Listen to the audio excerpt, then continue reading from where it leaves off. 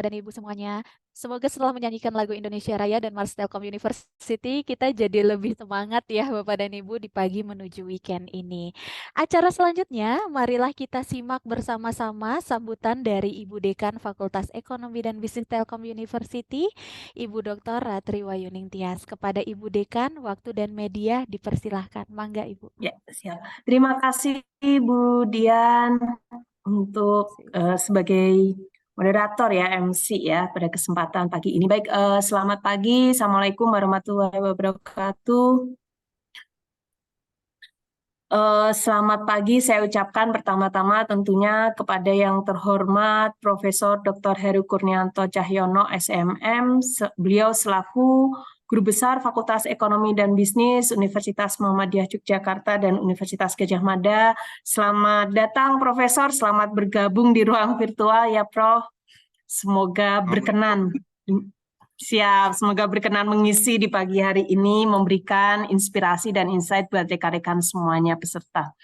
Kemudian juga kepada rekan kita sebagai narasumber juga, ini Ibu Galuh Sudarawati yang pada pagi hari ini akan membawakan satu materi ya terkait dengan deep learning. Dan terima kasih Bu Galuh yang sudah bergabung, serta moderator kita Bu Dian Putri Ramadhani, merangkap ya Bu ya, MC sekaligus moderator ya, efisien sekali ya, baiklah. Oke, baik, dan tentunya rekan-rekan dan tim ya, Ketua Tim Bu Dini, serta rekan-rekan dari tim online seminar sebetulnya ya, online seminar kita yang tadi sudah disampaikan, kita memasuki ke series yang ke-65 karena memang di sini kita rutin untuk melaksanakan kegiatan online seminar dengan pembicara-pembicara eksternal. Kemudian juga rekan-rekan dosen, rekan-rekan mahasiswa dari Fakultas Ekonomi Bisnis Universitas Telkom yang sudah bergabung, dan selamat datang rekan-rekan dari mahasiswa UGM yang sudah join di kesempatan pagi hari ini. Dan tadi juga saya lihat dari Bapak Ibu dosen perguruan tinggi eksternal, terima kasih sudah bergabung di kegiatan pagi hari ini yang tentunya akan banyak memberikan manfaat ya, aman dan juga informasi-informasi untuk kita semua terkait dengan perilaku organisasional, kemudian juga terkait dengan deep learning, terkait dengan inventory management dan yang lainnya. Dan tentunya semoga kegiatan ini bisa dimanfaatkan dengan Bapak dan Ibu join, dan juga mungkin nanti ada sesi question and answer. Monggo silahkan untuk menyampaikan pertanyaan-pertanyaan, informasi-informasi yang tentunya akan dijawab oleh para pakar nih. Di sini ada Prof. Heru, ada Bu Galuh, dan mungkin sharing juga ke rekan-rekan partisipan yang lain. Sekali lagi saya ucapkan selamat Bapak dan Ibu, selamat bergabung, tetap semangat, tetap sehat selalu, dan semoga kegiatan kita pada pagi hari ini terkait dengan online seminar pada kegiatan Jumat ini memberikan keberkahan untuk kita semuanya. Dengan baik ya, hatur nuhun pisan, terima kasih. Selamat siang, assalamualaikum. Selamat siang kan jadinya, selamat pagi, assalamualaikum warahmatullahi wabarakatuh. Waalaikumsalam warahmatullahi Waalaikumsalam wabarakatuh. warahmatullahi wabarakatuh. Izin Bu Moderator, Bu MC. Iya Ada Pak, juga Prof. mahasiswa saya dari Universitas Muhammadiyah Jogja. Wah, Oh selamat iya, datang. dari mahasiswa dari rekan-rekan dari Universitas Muhammadiyah Yogyakarta, selamat datang Bapak Ibu semuanya. Terima kasih sudah bergabung di sini. Baik, luar biasa ya pagi ini, Prof. Ramai sekali, ada dari UGM, ada dari Universitas Muhammadiyah Jogja, dan ada juga dari Telkom University. Baik, Bapak dan Ibu, terima kasih Bu Ratri atas sambutannya pagi hari ini. Hatur nuhun pisan. Bapak dan Ibu, marilah kita masuki acara inti yang sudah kita tunggu-tunggu nih, sharing dari Prof. Heru. Pada sesi seminar online series ke-65 di sesi pertama, kita akan menyimak pemaparan seminar yang akan disampaikan oleh pembicara kita yang luar biasa, Guru Besar dan dosen pengajar di Universitas Muhammadiyah Yogyakarta dan juga Universitas Gadjah Mada, Prof. Heru Kurnianto Cahyono. Wah, pembicara kita merupakan seorang profesor di bidang Human Resource Management. Wah, Hari ini Prof akan sharing terkait dengan leadership dan perilaku organisasional positif bagi profesional. Keren sekali. Seperti yang kita ketahui ya Bapak dan Ibu, kepemimpinan dan perilaku organisasi positif merupakan konsep penting di dalam dunia kerja. Kedua kombinasi aspek ini mampu mendorong lingkungan kerja yang harmonis dan produktif. Pada kesempatan ini kita berkesempatan langsung untuk diskusi dengan ahlinya. Tapi sebelumnya, saya izin membacakan profil singkat Prof Heru terlebih dahulu. Prof Heru Kurnianto Cahyono merupakan guru besar di bidang sumber daya manusia yang tidak perlu lagi kita pertanyakan lagi, pasti memiliki rekam jejak yang sangat luar biasa di bidang tersebut. Prof Heru ini merupakan seorang akademisi dan juga praktisi di bidang Human Resource Management yang memiliki latar belakang pendidikan yang mengesankan dengan gelar sarjana dari saya baru lahir tahun 1997 dan magister manajemen juga dari UGM. Pasti udah melalui berbagai pengalaman dan lain sebagainya, banyak sekali yang bisa beliau sharing hari ini. Beliau juga pernah menjadi bagian dari riset dan internship manajemen di Monash University Melbourne pada tahun 2007. Beliau mendapatkan gelar doktor psikologi manajemen sumber daya manusia dan organisasi lulus tahun 2008. Beliau juga telah mendapatkan penghargaan bergengsi, termasuk dosen berprestasi terbaik di berbagai tingkatan, mulai dari fakultas, universitas, kopertis, hingga nasional. Patut dijadikan panutan untuk kita ya, ibu-ibu, bapak-bapak. Keren sekali Prof Heru. Beliau juga memiliki pengalaman yang sangat baik dalam aspek quality assurance di pendidikan tinggi, memimpin program studi magister manajemen, serta memiliki keterlibatan aktif dalam seminar dan konferensi, baik nasional maupun internasional. Kalau jurnal tidak perlu dipertanyakan lagi ya Bapak dan Ibu. Di tahun 2023 saja Prof sudah mempublikasikan 13 jurnal internasional. Salah satu yang terakhir pada tahun ini yaitu The Effect of Emotional Intelligence on Public Sector Employees Affective Commitment di Journal of Governance and Public Policy.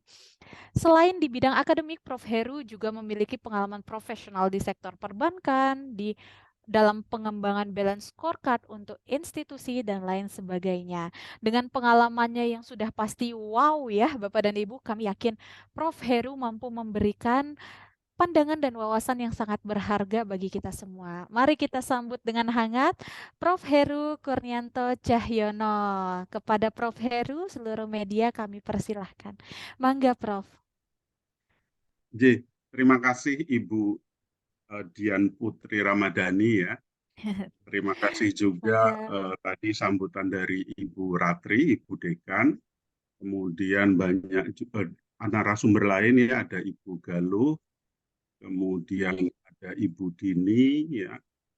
Ada juga sebagian besar adalah mahasiswa dari Telkom University, kemudian dari MMUGM dan dari Universitas Muhammadiyah Yogyakarta. Ya, alhamdulillah saya bahagia sekali ini di hari Jumat ya. Mudah-mudahan pertemuan kita ini juga bernilai ibadah ya. Jadi kita bisa sharing pengetahuan dan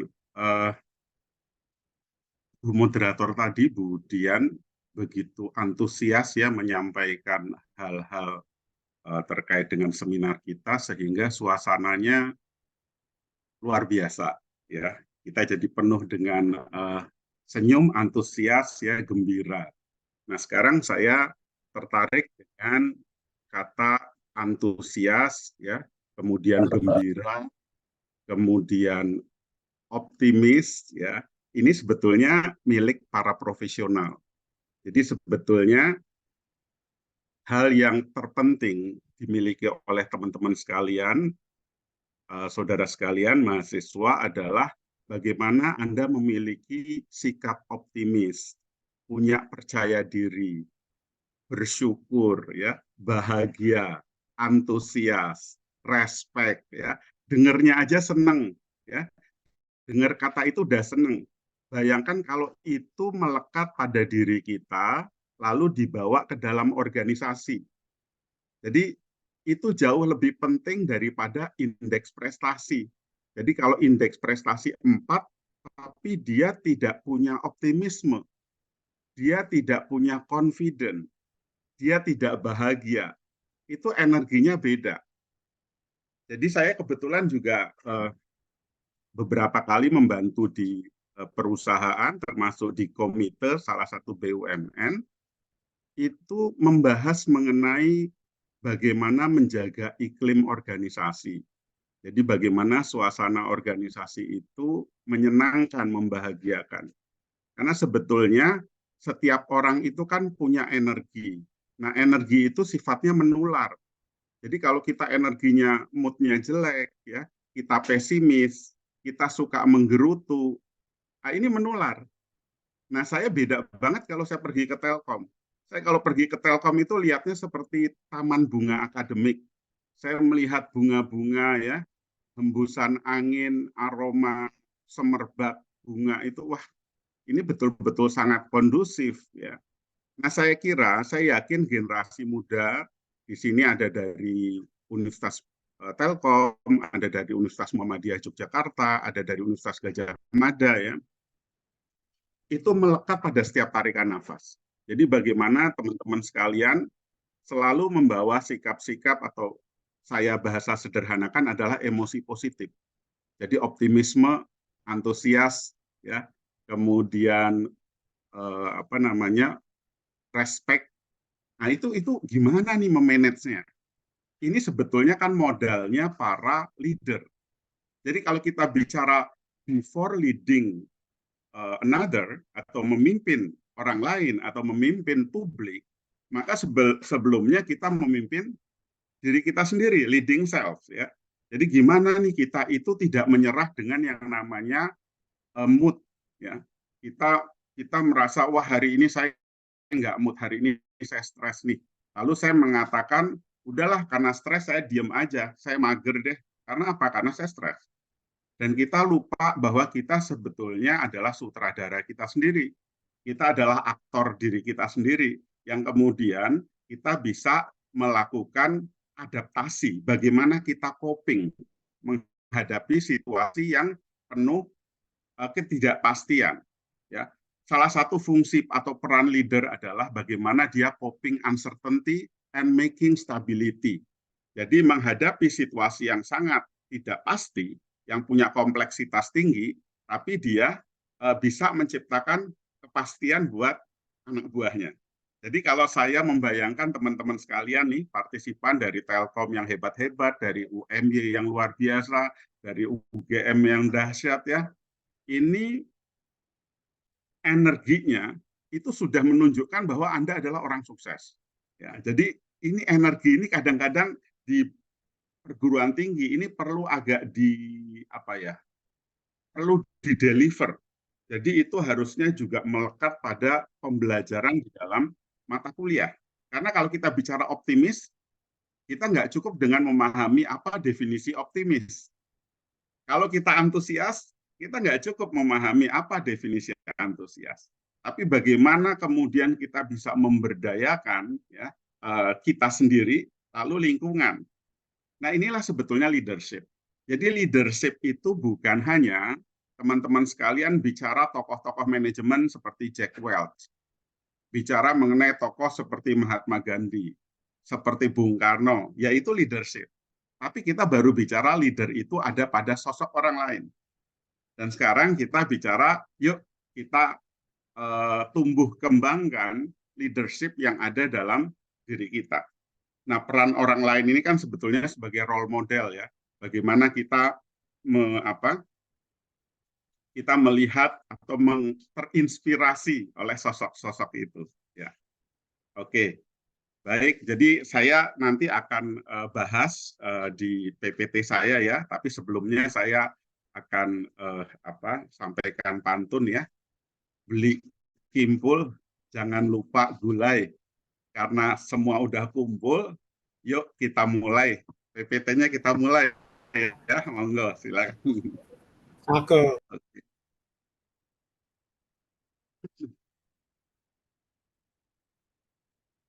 Oh iya, ini berapa menit ya saya? Sekitar 20 sampai 25 menit, Prof. 20 menit ya? Ya, mungkin kita selesaikan Oke. di jam Baik, 10 kurang 10 ya. baik. Nanti saya dikasih aba-aba ya. Baik, Prof. Em, Mangga. jadi kalau terima kasih Mbak Bu moderator ya, Bu Dian. Jadi kalau kita bicara leader, pemimpin, lalu kita bicara perilaku organisasional, maka sebetulnya kita bicara seperti yang namanya pemimpin itu adalah ikan. Lalu yang namanya organisasi itu adalah akuariumnya, kira-kira itu entitasnya ya, akuariumnya. Lalu kemudian gimana nih caranya kita itu sebagai leader itu mengelola ya dinamika yang ada di organisasi. Apalagi kalau teman-teman yang kuliah di S1 manajemen atau di program MM atau MBA, maka yang namanya perilaku organisasi ini kita pelajari sebetulnya untuk apa sih? Jadi apa tujuan kita mempelajari level individu di dalam organisasi? Misalnya apa? Misalnya ada motivasi, ada stres, ada apa namanya individual differences di dalam organisasi ya, itu di level individu. Lalu ada dinamika kelompok di level kelompok. Lalu ada culture di level organisasi secara keseluruhan. Ya, ini kan kita bicara sebuah dinamika perilaku organisasional. Lalu leadership di mana? Leadership itu adalah cara pandang kita. Bagaimana sudut pandang teman-teman MMMBA ini, para pemimpin, itu melihat dinamika itu. Lalu untuk apa? Lalu tujuannya adalah untuk bagaimana organisasi itu bisa bersinergi. Lalu bagaimana dia mencapai atau increase value of the firm, ya, meningkatkan nilai perusahaan. Lalu bagaimana membangun sustainability, keberlanjutan. Ya. Jadi ini goal-nya seorang pemimpin. Ya. Nah, sekarang kita coba masuk ke slide kedua. Kita masuk ke slide kedua, kita melihat bahwa hari ini organisasi itu tidak dalam kondisi kayak 40 tahun yang lalu. Organisasi pada 40 tahun yang lalu mungkin tingkat kompetisinya jauh lebih longgar daripada hari ini. Kita bisa membayangkan sebuah lautan yang begitu luas, lalu lautan itu tenang. Bahkan ada kapal besar pada masa itu yang namanya kapal Titanic ya, mungkin 50 tahun lebih ya. Kapal itu bahkan bisa mengatakan bahwa Tuhan pun tidak akan bisa menenggelamkan kapal ini. Nah, ini saya kira sebuah kesombongan ya, sebuah kesombongan. Ini kenapa? Karena organisasi sekali lagi melihat pada dirinya. Dia lupa bahwa dia adalah bagian dari kehidupan. Dia bagian dari tingkat kompetisi yang luar biasa. Mungkin pada waktu itu eranya masih revolusi industri kedua. Lalu pada revolusi industri keempat ini, kita melihat perkembangan bisnis itu sangat luar biasa. Bahkan tidak lagi mengandalkan pada jumlah orang, ya, tidak mengandalkan lagi pada apa namanya besarnya gedung. Ya. Karena apa? Karena sekarang serba digital. Kita bisa melihat betapa kehadiran Gojek itu bisa membuat armada seperti Bluebird pun harus beradaptasi luar biasa. Kita bisa melihat kehadiran Instagram saja itu sudah membunuh yang namanya Kodak. Bahkan Fuji pun harus melakukan turnaround. Ya. Nah, ini sangat apa? Inilah yang namanya sesuatu yang volatile ya. Jadi istilah mungkin yang sudah atau kita familiar adalah VUCA ya, tingkat volatility, uncertainty, complexity, dan ambiguity. Ini kita bicara lingkungan yang perubahannya seperti terpesona aja ya. Kita hanya wow cuma bilang gitu karena apa? Karena perubahannya luar biasa. Lalu kita lihat slide berikutnya. Nah, ini loh. Kita itu jadi shock. Kita jadi shock hari ini karena melihat lesatan kejadian yang nggak bisa diduga-duga. Nah, ini sangat berkaitan dengan bagaimana sih kalau teman-teman sekalian sebagai profesional itu menjadi profesional yang sukses di tengah perubahan. Mungkin kita harus menyepakati dulu bahwa yang namanya era revolusi industri 4 itu adalah sesuatu yang sudah natural, ya. Ini keniscayaan. Bahkan yang namanya terjadinya disruption era itu adalah gelombang tsunami yang nggak bisa dibendung. Jadi teman-teman nih dalam posisi nggak bisa kita membendung disruption era. Yang bisa kita lakukan adalah kita berselancar di era ini. Bagaimana Anda compete nih? Anda bisa berselancar dengan sangat baik di era disruption ini. Ya, oke. Berarti kalau shock itu gimana ya? Kalau shock itu kan kita tidak melakukan apa-apa. Kalau kita bicara kita shock, maka kita punya respon yang buruk, ya, respon yang tidak proaktif. Jadi sebetulnya nih untuk sukses di era ini sebetulnya tergantung pada how to respond. Bagaimana kita merespon, ya. Bagaimana kita merespon. Ini akan sangat menentukan organisasi kita dan kita sendiri juga, ya. Oke, sekarang kita masuk ke slide berikutnya. Nah, ini upaya untuk membangun sosok teman-teman sekalian sebagai mahasiswa pembelajar. Jadi sekarang nih orang manajemen ini perlu perlu sedikit reflektif, ya. Ilmu manajemen ini kan ilmu yang siapapun sebetulnya juga bisa belajar lebih, tantangannya sebetulnya tidak terlalu complicated, ya. Tapi ingat bahwa yang namanya manajemen ini sebetulnya ilmu yang di dalamnya banyak sekali kontribusi dari bidang ilmu lain, termasuk juga adalah sosiologi, psikologi, ya, matematik dan lain-lain, itu masuk ke dalam bidang ilmu kita. Ya. Nah sekarang bagaimana nih kita nih di manajemen itu ketika nanti lulus itu kita tidak kemudian bertemu dengan situasi di mana ilmu yang kita pakai itu usang. Ya, ini tantangan. Karena apa? Karena tadi perubahan kan cepat sekali nih. Saya belajar tools A, tahu-tahu begitu lulus yang dipakai adalah tools B. Saya belajar tools C, yang dipakai tools D. Nah, apakah menjadi tidak penting belajar manajemen? Ini sebuah refleksi kita, ya. Karena tadi tools-nya, teknologinya bisa saja akan berubah dengan sangat cepat. Nah, ini realitas. Artinya Anda nanti kan terjun lulus masuk entah itu ke perusahaan multinasional atau ke BUMN atau jadi entrepreneur, ya, atau apapun, ya. Lalu gimana menghadapi situasi kayak gini?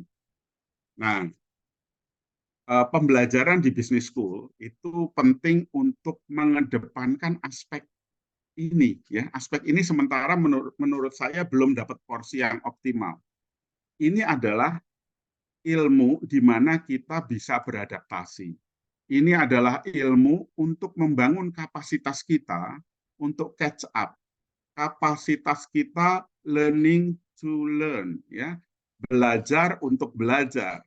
Kapasitas kita untuk tidak hanya berpikir, kita ini mindsetnya juga harus dirubah, tidak win-lose, ya, tapi win-win. Nah, ini sekarang kita bicara how positivity works. Jadi kita bicara bagaimana nih kita itu punya positivitas itu memancar dari diri kita. Yang pertama emosi positif. Wah, tadi saya begitu mendengar suara Bu Dian, lalu dengar suaranya Bu Dekan, Bu Ratri, dan saya melihat bagaimana antusias teman-teman. Itu saya merasa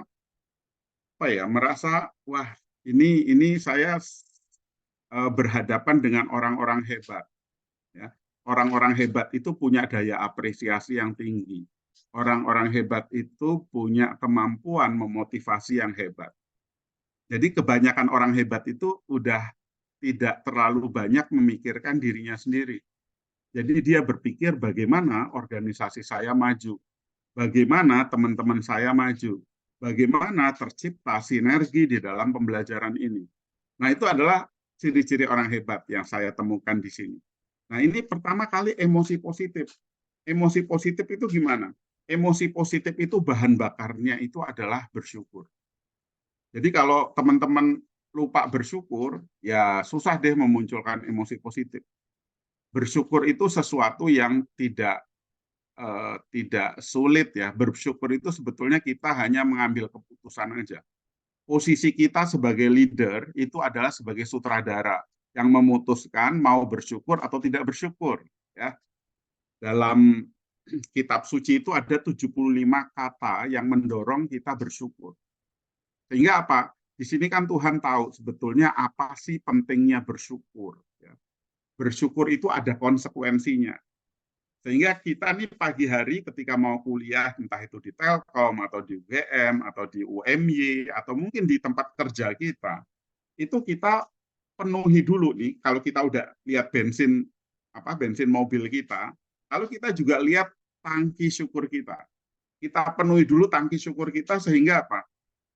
Sehingga kita dari rumah itu bangun tidur udah bersyukur, kemudian kita ibadah bersyukur, mandi itu kita merasa enjoy ya, sensasi airnya luar biasa. Kemudian ketemu pasangan kita sapa, kita peluk, kita kasih ucapan positif, lalu dengan anak-anak dan lain-lain. Ini adalah sebuah upaya dari keluarga. Ini kita bangun sebuah energi positif. Sehingga nanti teman-teman sekalian begitu keluar dari rumah, itu rasanya bahkan perkuat aja 10 detik pertama keluar rumah ketika Anda ketemu orang, itu dalam hati ya, Anda pasang doa yang tulus untuk kehidupan. Jadi Anda doa. Sehingga nanti begitu Anda sampai kampus Telkom, itu posisi Anda itu energinya udah energinya itu kayak pancaran matahari yang menyinari bumi yang tak berharap cahaya itu kembali. Jadi Anda memancar energinya. Ini kan kalau hukum semesta, ketika Anda mendoakan, maka Anda menuai keberlimpahan dari doa-doa itu. Nah, ini saya kira ini energi yang dahsyat nih. Energi yang nanti akan melekat sendiri pada diri kita. Sehingga bersyukur itu membuat kita terjebak pada konsekuensi syukur. Jadi beruntung terus ya. Kalau menurut penelitiannya Profesor, saya agak lupa itu profesor psikologi, dia meneliti 400 orang beruntung. Itu ternyata itu bukan salah satu keywordnya itu adalah bersyukur. Bersyukur itu melahirkan sikap bahagia, antusias ya, kita menghargai orang, kita respect, kita peduli, bahkan kita kemudian punya tujuan dan inisiatif untuk memberdayakan lingkungan. Bahkan kalau dalam agama, ya di hari Jumat ini kan penting ya bicara spiritualitas, bahwa yang namanya key performance indicator manusia, KPI-nya kita, itu sebaik-baik kita itu yang paling bermanfaat buat kehidupan. Sehingga apa? Memang energi kita ini energi rahmatan lil alamin. Ini settingan dari sananya. Sehingga ketika itu kita manfaatkan, wah luar biasa itu. Emosi positif kita dahsyat. Dan itu adalah the real leader atau the original leader atau authentic leadership. Leader yang otentik. Tidak lagi pseudo transformasional nantinya. Tapi Anda betul-betul otentik sebagai leader. Lalu yang kedua, mindfulness ya. Mindfulness ini kita bicara bagaimana kita khusyuk. Bagaimana kita dianugerahkan ada 4 gelombang otak nih. Ada gelombang beta, ada gelombang alfa, ada gelombang theta, ada gelombang delta. Gelombang beta ini adalah gelombang di mana kita pikirannya tersebar, tapi kita aware terhadap lingkungan. Saya mendengar ada suara orang lagi mukul-mukul palu misalnya. Saya mendengar suara AC. Saya mendengar apapun yang ada di sekitar saya. Itu ketika kita main di gelombang beta. Lalu ketika kita main ke gelombang alfa, kita itu semakin fokus. Mungkin kadang-kadang di sini ada ibu-ibu kesel ketika manggil staff.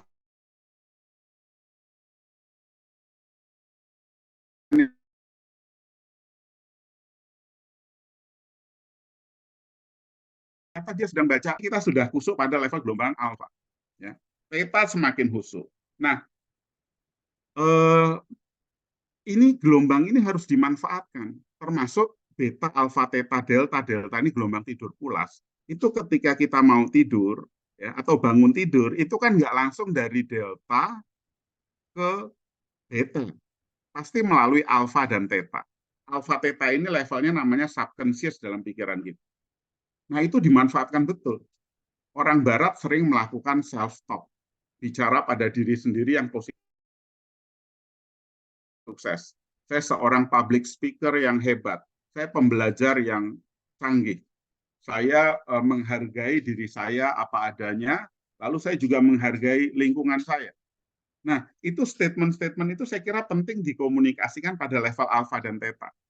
Ya. Karena apa? Karena seorang profesor di Jepang aja pernah meneliti bagaimana air itu kristalnya, waduh, indahnya minta ampun. Tapi begitu kata-katanya negatif, maka kristalnya sangat buruk. Nah, sekarang tantangannya adalah, atau apa yang kita praktekkan tadi, kita ini bagian tubuh kita dominan air. Kalau kita punya self-concept yang positif, ya, kita memberi asupan positif pada diri kita, maka sebetulnya diri kita ini kemudian menjadi orang yang lebih berpikir memberi daripada diberi. Ketika kita keluar, ada orang ngerasani atau kalimat negatif pada kita, kita nggak mudah tersinggung. Karena apa? Karena energinya tadi sudah melindungi kita, mindfulness kita. Ya. Kemudian yang ketiga ini yang namanya psychological capital, ya, modal psikologis. Modal psikologis ini yang tadi saya katakan bagaimana moderator menyapa kita itu tadi dengan antusias, dengan self efficacy yang tinggi, dengan apa namanya, nanti perlu ditambahkan lagi bagi anak-anak muda itu resiliensi, ya, daya tahan kita. Lalu bagaimana kita punya hope, punya harapan ke depan. Ini adalah modal-modal psikologis yang harus dibangun. Jadi jangan sampai teman-teman sekali ketika ditanya apa sih harapan ke depan Anda nih, apa cita-cita Anda, atau Anda bayangkan 5 tahun lagi itu Anda bekerja sebagai apa. Ini penting Anda bangun, ya. Ini yang namanya hope, jadi harapan. Lalu kemudian munculkan optimisme. Bagaimana nih kita optimis, ya? Tadi syukurnya dipenuhi terus, ya, syukurnya. Terus bagaimana dia itu punya self efficacy. Jadi dia menghargai dirinya. Kalau self efficacy kan kalau dalam teori di perilaku organisasional agak beda tuh antara self efficacy dengan self confident, ya. Kalau self confident atau self esteem itu relatif percaya dirinya itu memang embedded, melekat bawaan si orang itu secara overall. Sementara kalau self esteem, Anda membangun percaya diri atas dasar Anda terus mengembangkan skill Anda. Anda punya pengetahuan, skill tertentu, maka Anda menjadi begitu confident pada bidang itu. Nah, ini saya kira menjadi satu hal yang penting. Sehingga 3 hal ini, ya, emosi positif, mindfulness, dan PsyCap atau psychological capital, ini akan berdampak pada positivitas pada sosok teman-teman semua, ya. Positivity from person factors.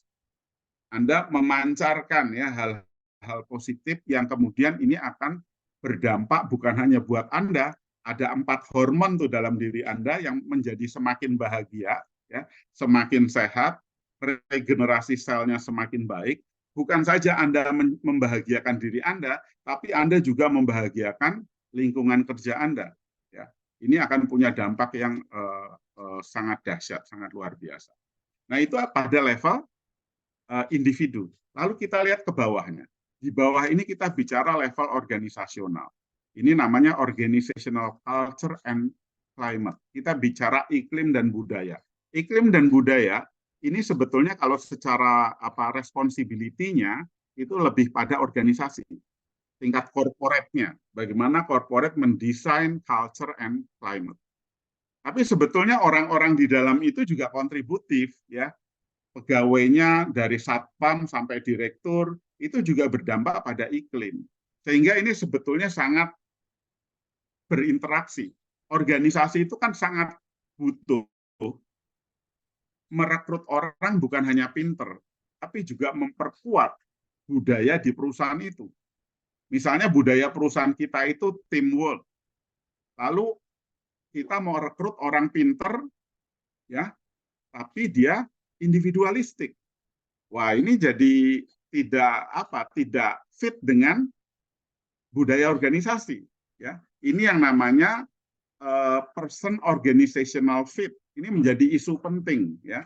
Jadi sebetulnya positivitas kita ini harusnya akan berdampak pada positivitas di dalam organisasi. Oke, nah ini jadi kita masuk next berikutnya. Prof, izin mengingatkan waktunya. Ya, oke kalau gitu kita summary aja ya. Nah ini sekarang model pembelajaran ya di dalam ilmu manajemen itu kita nggak cukup dengan science ya, nggak cukup hanya dengan science ya.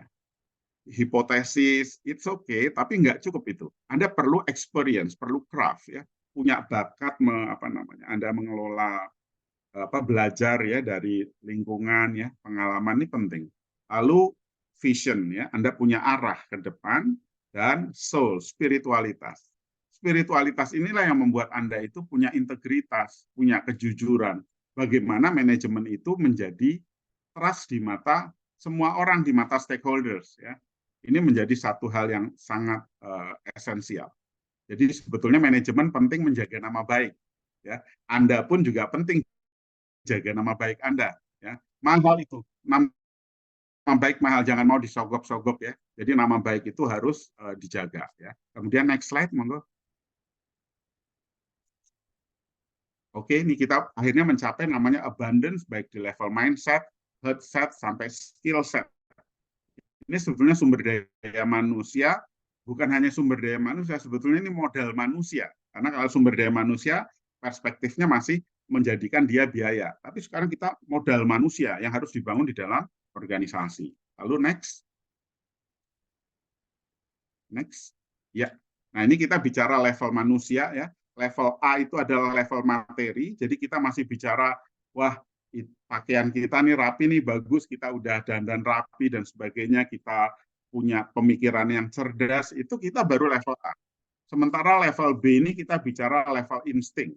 Level di mana kita itu mengejar pleasure dan kita menghindari pain. Jadi kita punya kecenderungan untuk mengejar sesuatu reward ya. Tapi kita menghindari punishment. Ini B inilah kemudian muncul sistem reward. Nah, sebetulnya konsep B ini itu manusia masih levelnya hampir sama dengan hewan, di mana kucing itu mengejar ikan asin, dia akan datang kalau kita kasih ikan asin, tapi disiram air dia akan lari. Nah, ini menunjukkan behavior-nya masih sama di level B. Tapi di level C, ini harusnya kita lebih unggul. Level C inilah yang namanya level unconditional loving tadi. Yang saya mengatakan level silaturahmi, level memberi, level kontributif, level rahmatan lil alamin. Ini harus dimiliki oleh para leader. Jadi leader ini harus sampai C. Perilaku seorang dosen itu bukan hanya berpikir dapat honor. Perilaku seorang profesional jangan hanya dapat gaji atau bonus, tapi yang dipikirkan apa kemanfaatan yang kita lakukan bagi banyak orang. Ini yang namanya level C. Ya. Next, kemudian ke berikutnya. Nah, jadi simpulannya adalah teman-teman sekalian ini adalah sutradara. Anda yang kemudian melakukan men-set diri Anda, dan Anda itu adalah aktor. Dan sumber daya yang penting harus Anda bangun dari kata syukur tadi. Syukur itu menyebabkan bahagia. Bahagia karena syukur adalah bahagia Anda sebagai sutradara.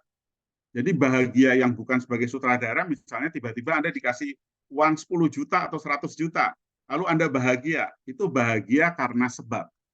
Bahagianya karena, dalam tanda petik itu bahagia korban. Sementara bahagia subjek adalah bahagia di mana Anda memutuskan untuk bahagia dengan bersyukur, karena Anda punya database memori yang bisa membuat Anda bersyukur. Ya. Jadi saya kira ini untuk diskusi para profesional hebat nih dari Telkom University, dari Universitas Muhammadiyah Yogyakarta, dan dari Universitas Gadjah Mada. Terima kasih. Assalamualaikum warahmatullahi wabarakatuh. Waalaikumsalam warahmatullahi wabarakatuh. Terima kasih banyak Prof. Heru atas pemaparannya tentang leadership dan perilaku organisasional positif bagi profesional. Saya terhipnotis sama materinya Prof. Relate banget gitu dengan kehidupan kita sehari-hari. Sepertinya kita semua butuh tambahan 4 ke SKS nih Bu Dini. Nanti kita mungkin diskusi lebih lanjut dengan Prof. Heru. Baik Bapak dan Ibu semuanya, kita telah sama-sama menyimak pemaparan Prof. Heru. Apabila Bapak dan Ibu memiliki pertanyaan, kami persilakan untuk menyampaikan melalui kolom chat ya. Mangga Bapak dan Ibu atau yang mau berkomunikasi langsung bisa raise hand. Baik, ternyata udah ada ya yang bertanya. Prof, ini ada beberapa pertanyaan dari audiens. Yang pertama yang ini, Prof. Bagaimana menurut Prof apabila seorang pemimpin merupakan generasi baby boomers? Wah, yang berhasil memimpin tim yang mayoritas terdiri dari anggota generasi Z dan milenial. Jadi beda generasi gitu Prof antara pemimpin dan yang di bawahnya gitu.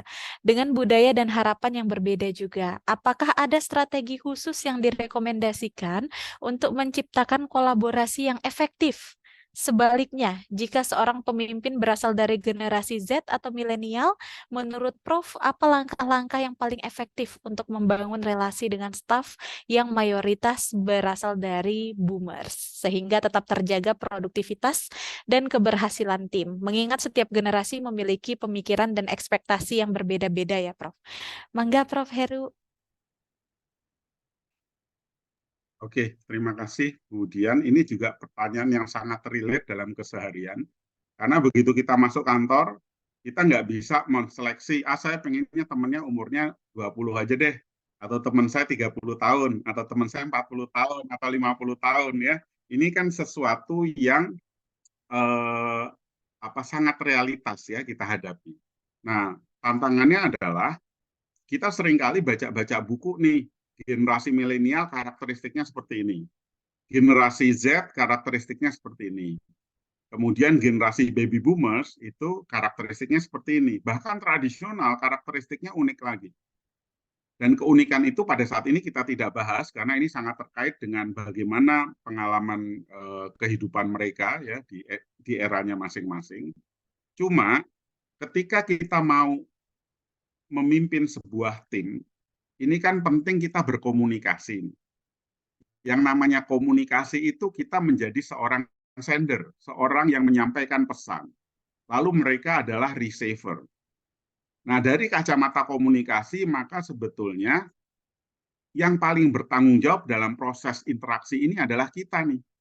Saya nih harus betul-betul punya kemampuan komunikasi yang baik. Di sini dalam arti apa? Komunikasi bukan hanya verbal, tapi juga non-verbal. Dan ini juga berkaitan dengan energi. Jadi bagaimana sih saya berusaha betul memahami mereka, ya? Atau di keluarga aja deh. Di keluarga saya punya anak selisih berapa tahun nih. Saya dengan dia udah gap generasinya cukup jauh tuh. Dan mereka sesama generasi Z atau mungkin lebih muda lagi dari Z, itu karakteristiknya bisa beda-beda loh. Dan treatment kita bisa sangat unik satu dengan yang lain. Sehingga menurut saya kita juga hati-hati dengan stereotip seakan-akan semua generasi Z itu adalah resiliensinya rendah. Boomers itu gaptek misalnya. Semua generasi. Nah, ini saya kira pentingnya namanya komunikasi. Jadi komunikasi itu adalah kita membuka seluas-luasnya kognitif map kita, peta kognitif dan peta mental kita. Sehingga kemudian kita bisa punya pemahaman, understanding, ya, aware satu sama lain. Ini saya kira salah satu kunci penting. Sehingga perbedaan generasi itu akan bisa diselesaikan dengan kita itu berkomunikasinya itu pada level yang lebih dalam. Hati kita menyadari bagaimana nih, saya pengen memotivasi anak buah saya, mahasiswa saya, untuk menjadi orang-orang yang hebat. Mungkin Bapak Ibu dosen kadang-kadang mengalami juga ya, mengalami perbedaan generasi pada saat mengajar ya. Ternyata contoh-contoh yang kita berikan itu belum tentu sesuai dengan anak-anak muda. Tapi kalau kita memasang niat, ya, kita niat berkomunikasi dengan sebaik-baiknya, maka sebetulnya proses kelas jalan, insya Allah jalan. Ini memang perlu proses adaptasi, ya. Tapi bagi saya jangan sampai kemudian kita itu pengennya homogen aja, pengennya saya kalau lihat generasi Z, saya punya prejudice, punya prasangka, bahkan diskriminatif. Ah, dia anak kemarin sore gitu. Atau ketika saya melihat orang yang generasi tradisional, aduh dia gagap teknologi nih. Jadi kita seringkali punya prasangka, punya prejudice yang kemudian memunculkan sikap-sikap diskriminatif. Nah, sehingga di sini penting buat kita tadi perluas kognitif map kita dan mentalitas kita nih. Karena sebetulnya kuncinya hanya ada pada bagaimana kita berkomunikasi, baik secara verbal maupun nonverbal. Saya kira itu Mbak Dian, terima kasih. Baik, terima kasih Prof. Heru. Sebenarnya kita masih perlu banyak diskusi nih, Prof. Pasti banyak yang ingin dipertanyakan. Tapi kita ada keterbatasan waktu. Ya sudah, nanti kita berdiskusi di kesempatan baik lainnya ya, Prof. Ya. Baik, kalau saya ringkas ya, Prof. Setiap orang itu punya energi. Dan energi itu ternyata menular ya, Prof. Jadi energi positif itu bisa kita tularkan ke orang untuk memancarkan energi yang positif. Jangan yang negatif ya teman-teman. Yang dipancarkan harus yang positif. Salah satu kuncinya yaitu bersyukur untuk menumbuhkan bahagia, respek, dan juga peduli. Pada akhirnya memang bersyukur adalah kunci ya Prof. Jadi kita semuanya harus bersyukur. Baik Prof. Heru, sebelum sesi ini kita akhiri, apakah dari Prof mungkin ada kata-kata penutup atau pesan-pesan yang ingin Prof sampaikan kepada rekan-rekan mahasiswa? Mangga Prof. Heru. Oke, ini mumpung hari Jumat ya, saya mengingatkan ada 3 pilar spiritualitas bagi orang manajemen nih. Yang pertama itu kesadaran bahwa kita itu ada usianya itu terbatas ya. Kita punya satu saat di mana kita bertemu dengan Tuhan. Sehingga sebetulnya di situ kita bicara mengenai profit itu terlalu dangkal.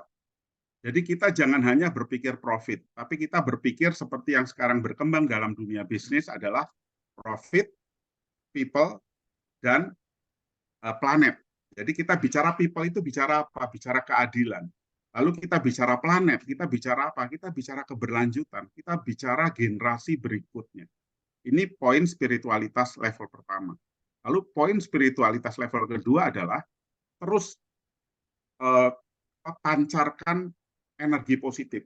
Karena berbuat baik itu bukan barang mewah, tapi berbuat baik adalah kebutuhan.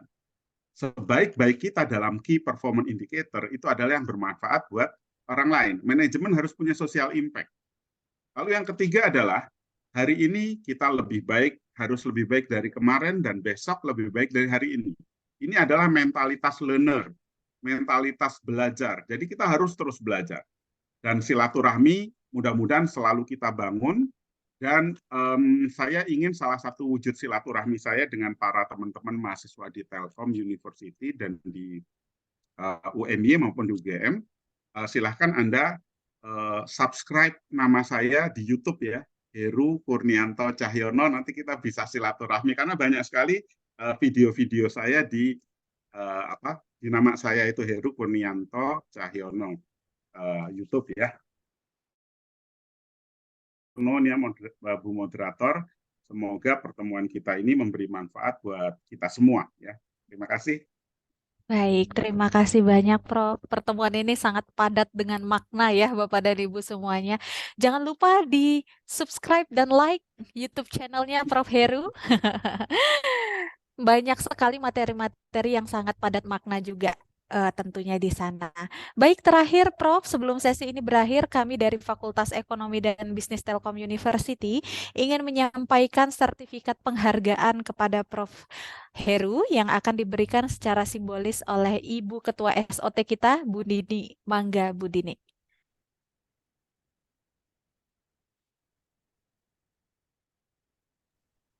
Baik, lupa belum di-unmute. Selamat pagi, Prof. Heru. Selamat pagi, Bu Dini. Prof, terima kasih sekali sudah berkenan hadir. Sangat insightful buat kami semua. Tadi bayangannya leadership biasa ya, tapi ternyata betul-betul luar biasa. Kami panitia yang ada di ruangan ini langsung terpukau semua dengan materi dari Prof. Semoga ke depan Prof bisa hadir ke Telkom University ya untuk memberikan materi secara langsung dan khusus sama Prof. Heru aja. Kemudian ada beberapa pertanyaan nih dari teman-teman dari dosen TLU, kemudian dan ada Pak Heri juga, kemudian dari Unimaju. Mungkin nanti akan kami kirimkan ke Prof. Heru atau seperti tadi kata Prof. Heru ya, silakan untuk berdiskusi langsung di channel YouTube-nya Prof. Heru ya. Baik Prof, sebagai ucapan terima kasih dari kami Fakultas Ekonomi dan Bisnis Telkom University, ini ada sertifikat untuk Prof dari kami, dari Ibu Dekan, Ibu Dr. Ratri Wahyuningtyas. Prof. Heru, mohon diterima dengan baik, Prof. Ya, terima kasih Bu Dini ya. Saya dihubungkan ke Telkom ini, matur nuwun, senang ketemu teman-teman di Telkom. Bu Ratri juga. Baik, Bu Ratri mohon izin ada kegiatan lain ya, Prof ya. Terima kasih dari Bu Ratri untuk Prof sudah hadir di sini. Baik, saya kembalikan lagi ke Bu Dian ya sebagai moderator kegiatan ini. Baik, terima kasih Bu Dini, Prof. Heru. Tapi nggak afdol nih Bapak dan Ibu semuanya kalau kita belum foto bersama. Jadi kita harus abadikan momen pagi ini karena kapan lagi bisa foto dengan Prof. Heru. Ayo Bapak dan Ibu kita buka kameranya. Pose paling cantik, paling ganteng, ayo kita buka kameranya. Mangga Bapak dan Ibu panitia mungkin boleh dibantu untuk pengambilan foto. Baik, terima kasih Bu Dian. Izin kami dari panitia ingin mendokumentasikan untuk kegiatan pagi hari ini. Dimulai dari awal, 1, 2, 3. 1, 2, 3. Untuk berikutnya, 1, 2, 3. Untuk yang terakhir, 1, 2, 3. Baik, terima kasih. Kami kembalikan lagi kepada Bu. Baik, terima kasih. Baik, terima kasih banyak Prof. Heru, hatur nuhun pisan atas kesempatannya untuk berdiskusi pagi hari ini. Semoga Prof sehat selalu supaya terus bisa berbagi ilmu terutama kepada kita yang masih junior ini yang butuh banyak bimbingan. Karena ilmu yang bermanfaat merupakan salah satu amal jariah yang tidak terputus, Prof. Semoga kita bisa bertemu kembali di kesempatan-kesempatan baik lainnya. Hatur nuhun pisan, Prof. Heru.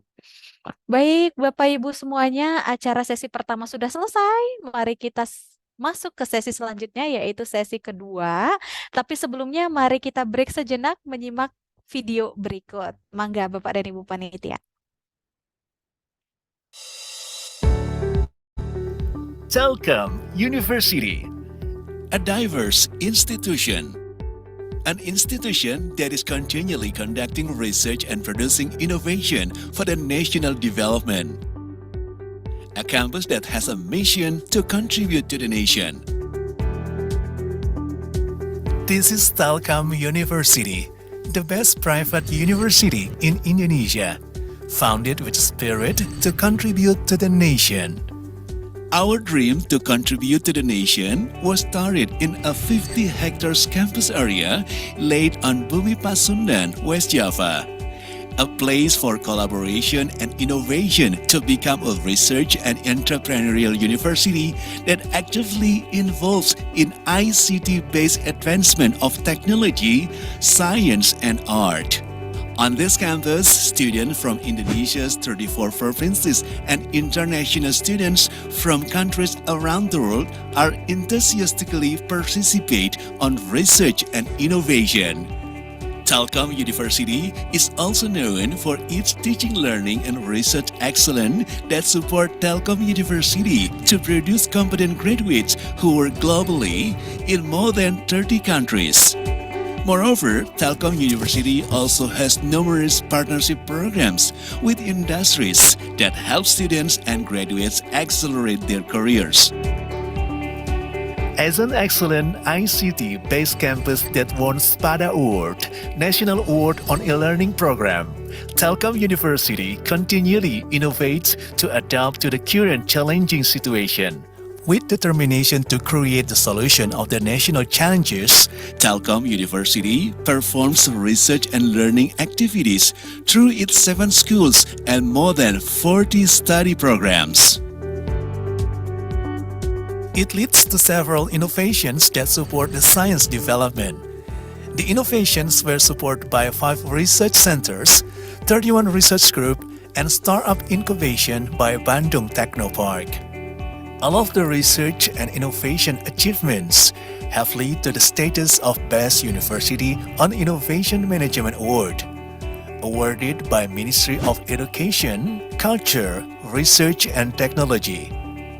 Besides research programs, Telkom University also manages several community service programs towards the real contribution to the nation.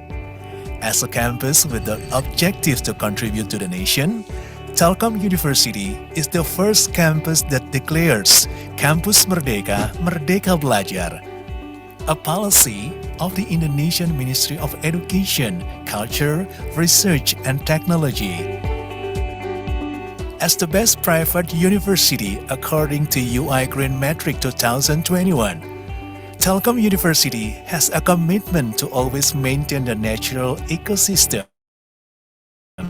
in campus area to be a sustainable campus.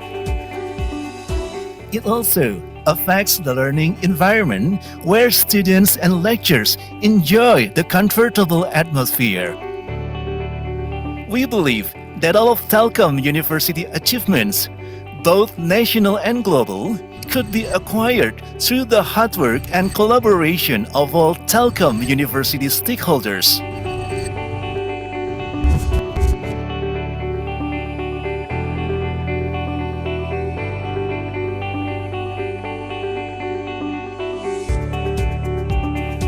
Telkom University berkomitmen menghasilkan lulusan yang berkualitas dan riset serta inovasi yang bermanfaat untuk kemajuan bangsa Indonesia.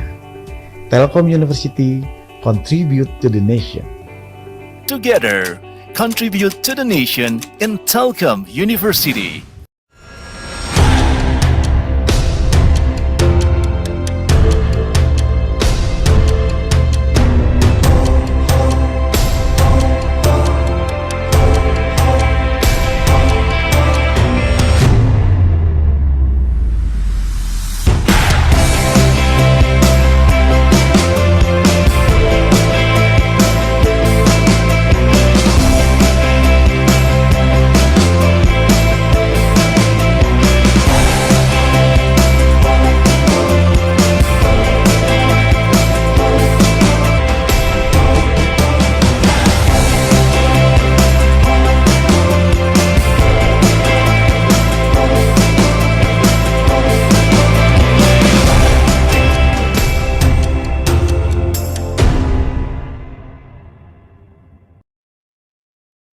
Baik, Bapak dan Ibu, selamat datang kembali di seminar online series. Setelah mendapat banyak pencerahan dari Prof. Heru ya. Saat ini kita masuk ke sesi yang kedua. Di sesi ini kita akan menyimak pemaparan seminar yang akan disampaikan oleh pembicara kedua kita yang luar biasa. Sudah berkenan meluangkan waktunya untuk berbagi ilmu dengan kita semua. Ibu Galus Sudarawarti, SE MBA. Pembicara kita merupakan seorang dosen dan peneliti di lingkungan Fakultas Ekonomi dan Bisnis Telkom University. Hari ini akan menyampaikan materi dengan tema Deep Learning for Demand Volatility Prediction in Inventory Management. Keren, Deep Learning ini memang teknologi yang sangat canggih ya akhir-akhir ini Bapak dan Ibu, mulai dari pengolahan kata sampai ke video. Bahkan Bu Galuh ini berfokus pada deep learning ini untuk demand volatility prediction pada manajemen inventory. Nah, kita hari ini berkesempatan langsung berdiskusi dengan ahlinya. Tapi sebelumnya saya ingin menyapa terlebih dahulu. Assalamualaikum Bu Galuh. Waalaikumsalam warahmatullahi wabarakatuh. Apa kabar Bu Dian? Baik, alhamdulillah. Sehat Bu? Alhamdulillah. Emang bener ya tadi kata Pak Heru ya, renyah banget denger Bu Dian pagi-pagi. Waduh. Silakan gitu. Baik, teman-teman mahasiswa khususnya mahasiswa Telkom University, ini adalah Bu Galuh Sudarawati ya, mahasiswa-mahasiswi lain Bu Galuh Tresnamurti. Isu-isu katanya sering itu ya, sering ketukar Bu Galuhnya. Kalau yang ini Bu Galuh Sudarawati. Oke. Bu Galuh, terima kasih banyak ya sudah berkenan untuk hadir di acara pagi hari ini. Tapi sebelum pemaparan, saya izin terlebih dahulu membacakan profil singkat dari Bu Galuh ya. Baik, pembicara kedua kita hari ini yaitu Ibu Galuh Sudarawati SE MBA, merupakan seorang dosen dan peneliti di lingkungan Fakultas Ekonomi dan Bisnis yang saat ini sedang menyelesaikan program doktoralnya di Institut Teknologi Bandung dengan fokus manajemen operasi. Beliau juga memiliki gelar Master of Business Administration MBA dalam bidang pemasaran dari National Cheng Kung University Taiwan dan gelar sarjana dalam ekonomi dari Universitas Gadjah Mada. Bu Galuh memiliki latar belakang kerja yang beragam, termasuk pengalaman sebagai surveyor Indonesia di Indonesian Investment Board dan di Kementerian Perindustrian. Beliau juga berperan sebagai marketing advisor di PT KAI dan telah terlibat dalam berbagai proyek penelitian dan pengembangan kebijakan di Indonesia. Bu Galuh juga aktif dalam berbagai organisasi ya Bapak dan Ibu, dan telah mendapatkan sertifikasi di bidang transformasi digital dan ilmu data. Dengan pengalaman dan keahliannya yang udah nggak usah diragukan lagi, berkaitan dengan topik pembahasan sesi kedua kita ini, kami yakin beliau akan memberikan pandangan dan wawasan yang sangat berharga bagi kita semua.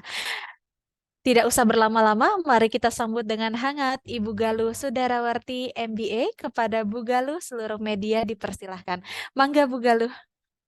Baik, hatur nuhun Ibu Dian atas kesempatannya, juga dengan Ibu Dini atas kesempatannya saya untuk, kayaknya kalau dibilang ahli, mungkin belum ya, masih sama Bu Dian. Waduh. Kayaknya bidangnya Bu Dian. Jadi saya juga ingin menyapa Prof. Heru juga. Prof. Heru berarti senior saya ya Prof ya. Kita satu alma mater Prof. Dari Fakultas. Iya Bu Galuh. Tahun berapa Bu Galuh? Saya masuk tahun 2002, lulus 2006 Prof. Oh ya, alhamdulillah. Terus sempat Mau main-main ke Jogja. Iya insya Allah, karena orang tua saya juga masih di Jogja, jadi saya masih di Jogja. Oke Prof. Bikin Injang salam kenal Prof. Nanti kapan-kapan kita ketemu ya Prof ya. Insya Allah. Nah ini tadi benar ya kata Bu Dian ya, kita pagi-pagi sudah diberikan siraman rohani. Jadi kata Bu Dini juga biasanya materi leadership itu nggak begini gitu ya Bu ya. Materi leadership itu teoritis seperti itu ya, ternyata memang sangat menenangkan jiwa gitu ya, yang membuat saya juga ternyata banyak hal yang harus kita develop dari diri kita gitu ya sebelum kita menjadi leader. Nah tadi yang menarik dari Prof. Heru juga mention bahwa kita ini di era VUCA ya, jadi tidak ada yang aman sekarang, tidak ada bisnis yang bisnisnya stabil nih ya pasti akan bertahan, tidak ada lagi zona nyaman di dunia bisnis ya. Jadi kita memang harus siap sedia untuk, kita nggak tahu disruption itu akan datang dari arah mana gitu ya. Jadi dari arah manapun itu kita harus bersedia. Nah, dari seperti yang sudah dikatakan Bu Dian, insya Allah saya akan mungkin lebih ke sharing ya, sedikit saja gitu tentang deep learning dalam mengelola inventory management, hubungannya dengan demand volatility. Mungkin saya izin untuk share screen dulu. Bu Galuh, punten, Oh, iya. mohon maaf, mungkin bisa didekatkan sedikit mikrofonnya. Oh baik, Oke, ini ya. Iya, terima kasih Bu. Oke, baik. Saya share screen dulu.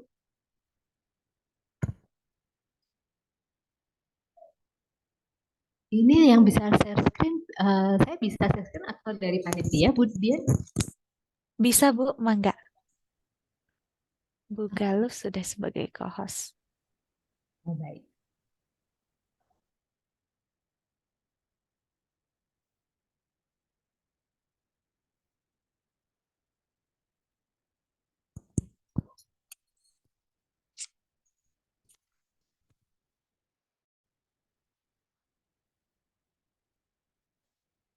Apakah sudah muncul ya? Masih loading Bu. Oh, masih Sebentar. loading. Baik. Nah, oke, alhamdulillah sudah muncul ya. Jadi Oke, sudah. perkenankan, saya mohon izin Bapak Ibu sekalian dan juga rekan-rekan mahasiswa baik dari UGM, UMY maupun Telkom University untuk sedikit cerita-cerita aja mungkin ya mengenai demand volatility prediction di inventory management menggunakan satu tools sebetulnya ya yang dinamakan deep learning. Nah, seperti yang sudah dibicarakan tadi ya, dan juga sudah dijelaskan juga sama Prof. Heru, gitu, kita nggak bisa menolak perubahan itu sesuatu yang pasti terjadi. Nah, perubahan yang terjadi sekarang dengan adanya perkembangan teknologi informasi ini membuat demand itu semakin volatile dibandingkan 20 tahun, 30 tahun yang lalu yang demand itu berubah juga, tetapi perubahannya mungkin tidak tidak sevariasi sekarang gitu ya. Nah, sehingga kita perusahaan atau dunia bisnis seringkali dihadapkan pada kejadian-kejadian yang tidak terduga, yang itu sangat mempengaruhi bagaimana kita menjalankan bisnis kita, bagaimana kita mengoperasikan bisnis kita, seperti itu. Nah, demand volatility ini sebetulnya adalah degree of variation or unpredictability. Jadi seberapa sering dia berubah wajah gitu ya demand ini.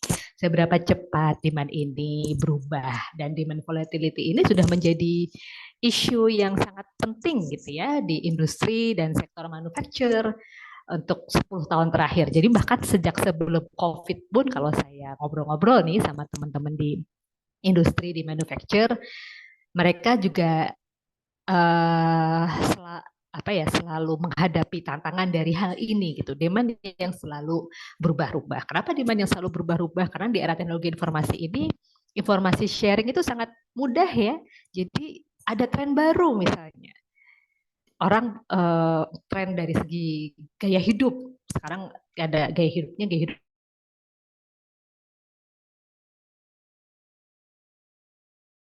misalnya minuman yang manis-manis itu laris sekali, sekarang jadi kurang laris. Contoh misalnya seperti itu gitu ya. Ataupun sebaliknya, minuman yang bopan yang teh susu gitu ya, yang ada bubble-bubblenya itu kan awal munculnya dari Taiwan ya. Pada tahun 2010 pada saat saya sekolah itu di Indonesia belum ada gitu, tapi nggak lama kemudian di Indonesia di mana-mana sudah menjamur dan itu menjadi minuman kekinian pada saat itu gitu. Nah, adanya teknologi informasi ini meskipun di satu sisi tentu memudahkan kita untuk melakukan aktivitas sehari-hari, untuk melakukan aktivitas bisnis kita, tapi di sisi lain juga dia berdampak pada mudahnya demand ini berubah gitu, semakin volatile dia. Nah, sebenarnya demand volatility ini dia sumbernya dari mana ya? Sebetulnya ada bermacam-macam. Ada tadi selera yang bisa berubah-ubah. Dulu mungkin K-pop itu belum menjadi tren ya tahun 90-an. Begitu tahun 2010-an sampai ke sini, wah dia booming sekali sehingga merubah preferensi orang dalam berpakaian, dalam berpenampilan, dalam mengkonsumsi barang seperti itu. Apa barang yang dia pakai, mungkin sampai ke warna barang yang dipilih itu mungkin bisa berubah seperti itu. Nah, kemudian ada yang namanya seasonality atau event-event yang dia muncul hanya pada waktu-waktu tertentu gitu ya. Kalau di Indonesia ada Lebaran, Tahun Baru nih, sebentar lagi Natal, Tahun Baru nih. Kalau teman-teman yang mungkin pernah ke Malaysia, di sana seasonality-nya lebih rame lagi ya, karena setiap semua ras yang ada di sana tuh merayakan hari besarnya gitu. Jadi seasonality-nya dia banyak gitu ya. Nah, seasonality ini biasanya dia diikuti oleh perubahan perilaku berkonsumsi seperti itu. Jadi bisa tiba-tiba konsumsi bahan pakaian misalnya naik tiba-tiba, kemudian besoknya dia menurun. Kemudian ada juga karena faktor ekonomi, ada resesi, inflation, dan faktor-faktor ekonomi yang lain. Nah, kemudian ada juga dari produk life cycle dari produk itu sendiri gitu ya, di mana demand pattern-nya itu bisa berbeda di different life cycle. Nah, kemudian ini yang paling tadi juga sudah disebut oleh Prof. Heru ya, disruption eksternal atau perubahan situasi eksternal yang kita tidak duga-duga, yang mungkin paling dekat dan masih kita rasakan dampaknya COVID-19 kemarin, di mana itu mengacaukan supply chain di seluruh dunia. Hampir di semua jenis supply chain terdampak oleh COVID-19 gitu ya, karena kan mobilitas dibatasin, sedangkan supply chain itu kan dia ada pergerakan barang gitu ya, ada pergerakan informasi gitu ya. Jadi kalau mobilitasnya dibatasin, otomatis pergerakan barangnya terhambat. Nah, semua ini ada yang namanya ripple effect gitu ya, dia berdampak terhadap operasional perusahaan. Nah, sehingga sebetulnya kita bisa memprediksi eksternal event tadi, sebetulnya bisa, karena itu akan membantu kita untuk mempersiapkan diri gitu ya. Tetapi menganalisa atau memprediksi atau memperkirakan terjadinya faktor-faktor eksternal tadi itu lebih kompleks dan lebih melelahkan ya, dia lebih gitu, sehingga kadang-kadang akhirnya kita menghabiskan terlalu banyak sumber daya di situ. Nah, sehingga kemudian fokus yang sering diambil atau approach yang sering diambil adalah addressing demand fluctuation. Kita fokus di optimisasi inventory saja. Nah, caranya gimana agar inventory kita optimal gitu ya? Kita melakukan demand prediction. Jadi instead of kita memperkirakan kapan the next pandemi akan terjadi gitu ya, itu sebetulnya bisa dicari pattern-nya. Mungkin pandemi yang berbeda gitu. Karena pandemi itu kan sebetulnya ada pattern-nya ya. Dulu juga pernah ada virus flu yang cukup besar gitu ya. Mungkin akan lebih praktikal kalau kita lakukan demand prediction saja. Seperti itu. Nah, untuk melakukan demand prediction itu sebetulnya ada berbagai pendekatan, berbagai metode ya. Yang pertama sebetulnya ada statistical model sebelum kita masuk ke deep learning. Jadi kalau saya lulusan IE Prof. Jadi dulu di IE itu kita ada mata kuliah namanya ekonometri gitu ya. Jadi advance statistik gitu. Jadi kita belajar memodelkan seperti itu. Nah, pendekatan yang lebih dulu ada gitu ya. Pendekatan yang mungkin lebih banyak dikenal itu pendekatan statistical model, dengan salah satunya dengan ARIMA ya. Kelebihannya sebetulnya dia dengan menggunakan statistical model ini lebih mudah untuk diinterpretasikan resultnya, karena kita mengikuti proses pengolahan datanya dari awal sampai keluar resultnya. Dan biasanya kalau statistical model itu kan kita terlibat kita harus melakukan modeling dulu nih di awal sebelum kita running the data gitu kan. Jadi kita tahu kenapa hasilnya seperti ini, karena modelnya seperti ini. Kenapa modelnya seperti ini? Kita punya teori, kita punya asumsi, kita punya hasil penelitian sebelumnya, seperti itu. Nah, akan tetapi kelemahannya adalah perlu dilakukan pre-analysis. Jadi kita perlu modeling dulu nih. Kita mau bikin model, misalnya kalau forecasting ya, time series forecasting. kita perkirakan dulu nih kira-kira apakah dia akan linear, apa kira-kira dia akan eksponensial gitu. Kalau kira-kira dia linear seperti apa? Kalau eksponensial dia pangkatnya berapa gitu. Nah, kita harus bikin modeling dulu nih. Nah, kemudian ada beberapa pendapat yang mengatakan akurasinya dia tidak sebaik kalau kita menggunakan pendekatan berbasis AI. Nah, berbasis AI ini karena kita tidak harus membuat modeling dulu di awal, jadi less domain knowledge is required. Artinya kalau saya mau bikin forecasting misalnya terkait inflasi nih, untuk membuat modelingnya ini saya perlu punya pengetahuan di bidang ekonomi. Seperti itu ya, di bidang selain di bidang statistik ya, saya harus punya background ekonomi. Seperti apa sih inflasi selama ini? Nah, kalau kita menggunakan AI karena kita tidak required untuk membuat pre-analysis, jadi less domain knowledge is required untuk menggunakan model ini, gitu ya. Nah, jadi model bisa di-training tanpa data preprocessing terlebih dahulu. Dan beberapa pendapat mengatakan bahwa prediksinya, akurasinya lebih tinggi. Nah, nanti akan coba kita lihat sedikit simulasinya ya. Akan tetapi dia lebih susah untuk diinterpretasikan. Kenapa? Karena kalau tadi yang statistical model kita tahu bagaimana modelnya di develop gitu ya, karena kita yang mendevelop modelnya. Kalau ini kan si AI ini, machine learning ini yang melakukan model development. Dia yang menyaring informasi mana yang kira-kira akan akan valuable, informasi mana yang tidak valuable. Nah, untuk model-model tertentu, untuk hal-hal tertentu, kadang-kadang training time-nya lama. Misalnya seperti ChatGPT, itu dia cukup perlu training yang cukup lama. Nah, karena kita akan mencoba melihat demand forecasting yang menggunakan AI. Ya. Jadi sebetulnya AI itu apa sih, kan itu sudah menjadi buzzword ya. Wah, AI gitu. Biasanya kalau saya tanya ke student nih, AI itu apa? Maka yang keluar dari mereka ada ChatGPT. Gitu. Seperti kalau saya tanya e-commerce itu apa? Shopee gitu ya. Jadi yang keluar itu apa yang biasa mereka temui gitu ya.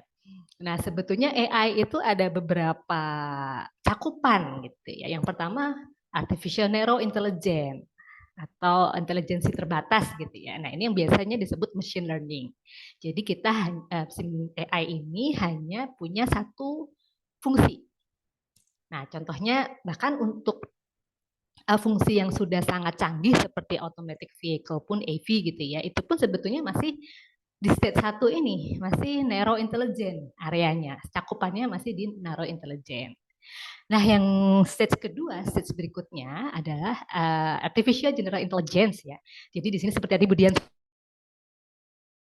processing, contextual understanding, gitu, ability to adapt to a range of tasks. Jadi tidak hanya kalau tadi yang artificial narrow intelligence dia hanya fokus terhadap satu fungsi saja, menyetir misalnya, menyetir saja. Nah, ini kalau artificial general intelligence itu dia stage pekerjaannya lebih panjang, jadi dia lebih bermacam-macam gitu. Nah, tapi ini masih far of future gitu ya, masih saat ini kita masih development di sini, masih belum semapan yang stage sebelumnya seperti itu. Bahkan stage sebelumnya pun masih terus dikembangkan gitu kan. Nah, kemudian yang stage yang terakhir itu adalah artificial super intelligence. Jadi ketika mesin itu dia bisa smarter than human brains in every field. Nah, ini masih dalam tataran teori. Jadi kita masih belum nyampe ke situ dan mungkin masih agak lama ya, masih cukup lama karena yang stage 2 pun masih for future seperti itu. Jadi jangan takut kesaing sama mesin dulu, itu masih cukup lama ya.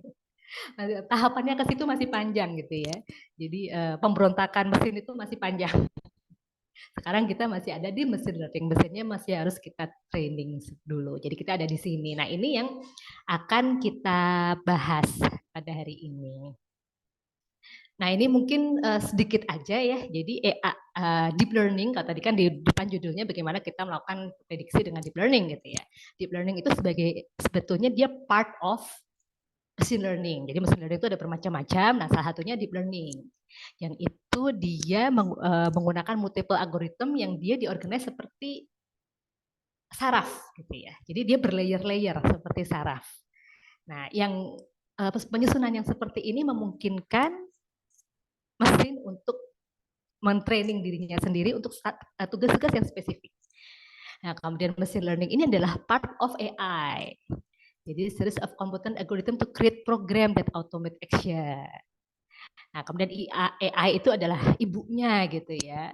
Jadi kecerdasan buatan gitu. Jadi involve algorithm, analyze data, acquire knowledge from experience. Jadi dia cakupannya lebih yang paling luas itu AI.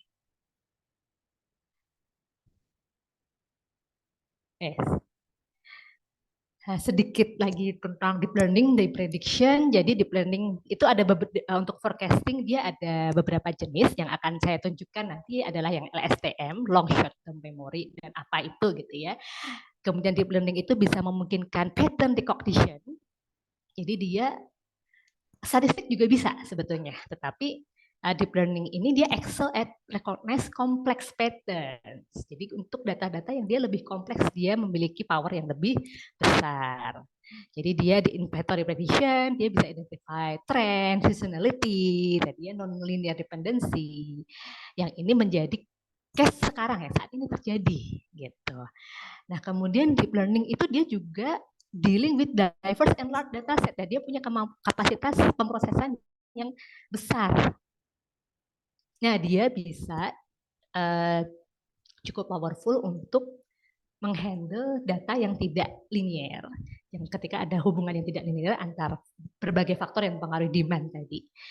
Kemudian akurasinya lebih tinggi dan adaptabilitas terhadap data yang semakin bervariasi itu juga lebih bagus. Dan sekarang data itu kan memang sangat bervariasi gitu ya. Kalau dulu data itu angka atau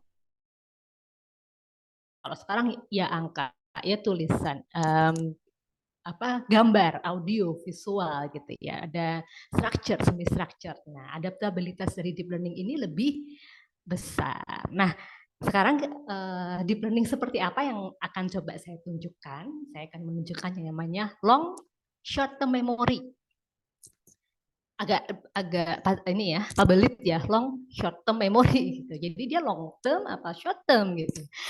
Nah, LSTM ini adalah RNN ya, dia biasa digunakan untuk forecasting data time series yang dia didesain khusus untuk data yang dia sekuensial, jadi dia berurutan gitu. Nah, dia ini punya kelebihan bisa remember long term dependency of data. Jadi dia mengcapture short term memory.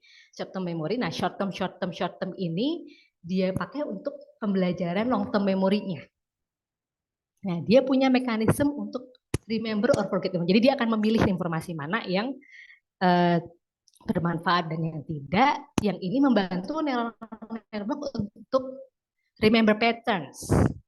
Nanti kita coba lihat contohnya. Nah, ini how LSTM work kayak baterai ya, kayak baterai sel ya.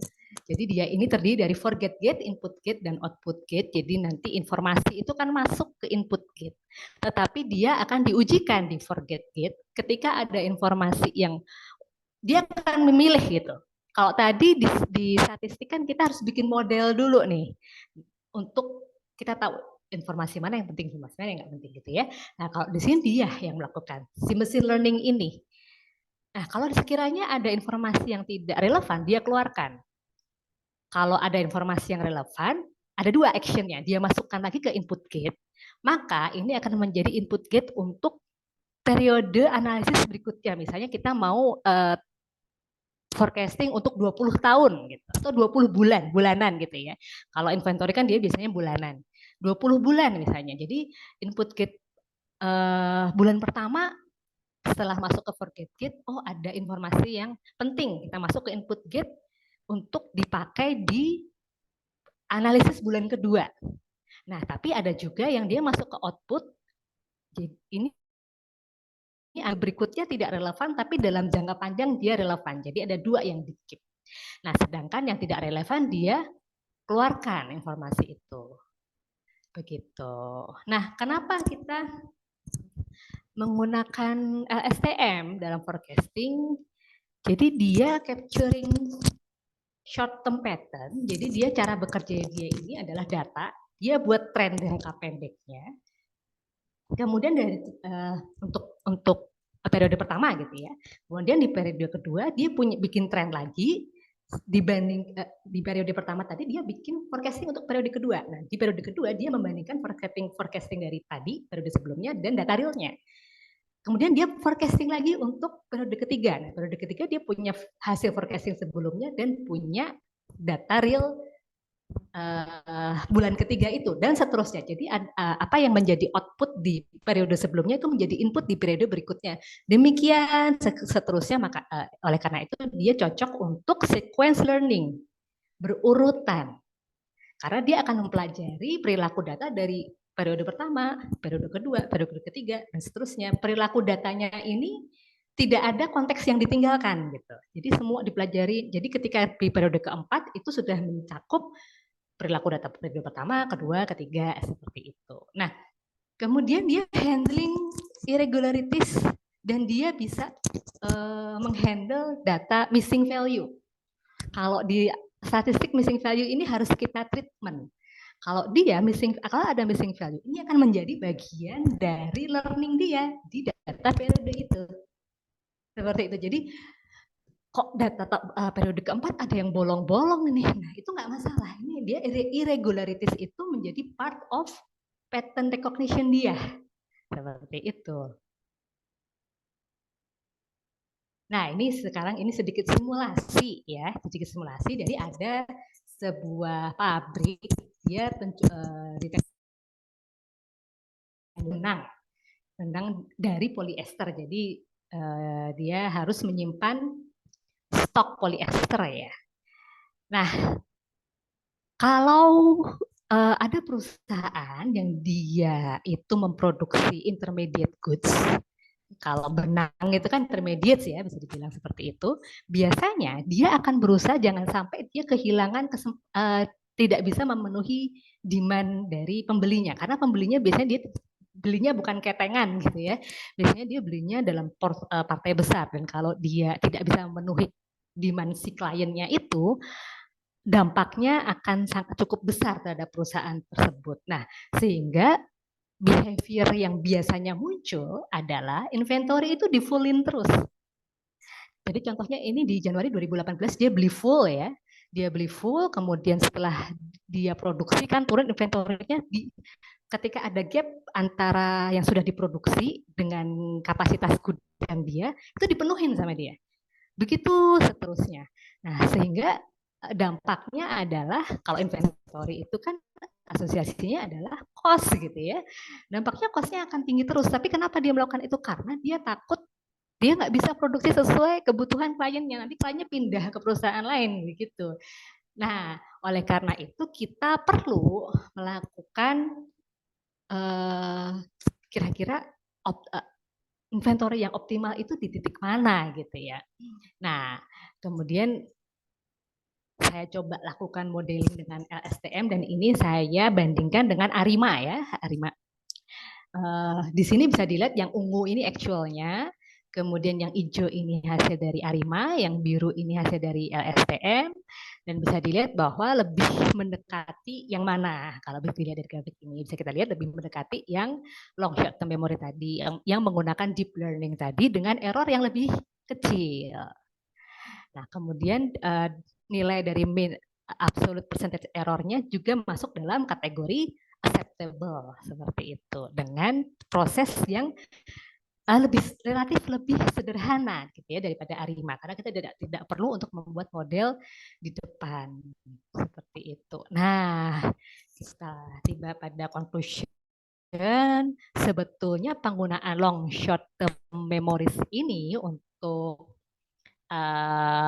inventory management itu bukan suatu hal yang baru ya Bapak Ibu dan rekan-rekan sekalian ya. Jadi ini sudah menjadi suatu teknologi yang widely accepted gitu. Meskipun belum semapan ARIMA, belum belum diterima itu, yang diterimanya belum seluas itu gitu. Nah, tapi dari percobaan saya tadi ketika kita meng-compare ya analisis antara ARIMA dan LSTM, ternyata LSTM bisa menunjukkan performance yang lebih baik. Dalam artian errornya lebih kecil, artinya forecastingnya lebih mendekati reality. Nah, tentu saja ini menunjukkan potensial dari pendekatan ini, tools ini untuk memforecast time series data dibandingkan kalau kita menggunakan statistical approach. Nah, akan tetapi seperti yang saya katakan tadi, karena dia sudah widely accepted, tapi dia masih relatif baru ya. Jadi tentu saja future and further research terkait penggunaan STM ini pasti dibutuhkan, baik di akademia maupun industrial. Mungkin kita bisa, kalau ini tadi kita aplikasikan di inventory management, akan sangat bisa untuk kita aplikasikan misalnya stock exchange prediction gitu ya, forecasting gitu, atau pasar uang, pasar saham, atau di bidang kesehatan misalnya gitu. Apakah kalau di Indonesia itu kan yang lagi rame Wolbachia ya Prof ya, di research-nya di Sleman gitu Prof. Nah itu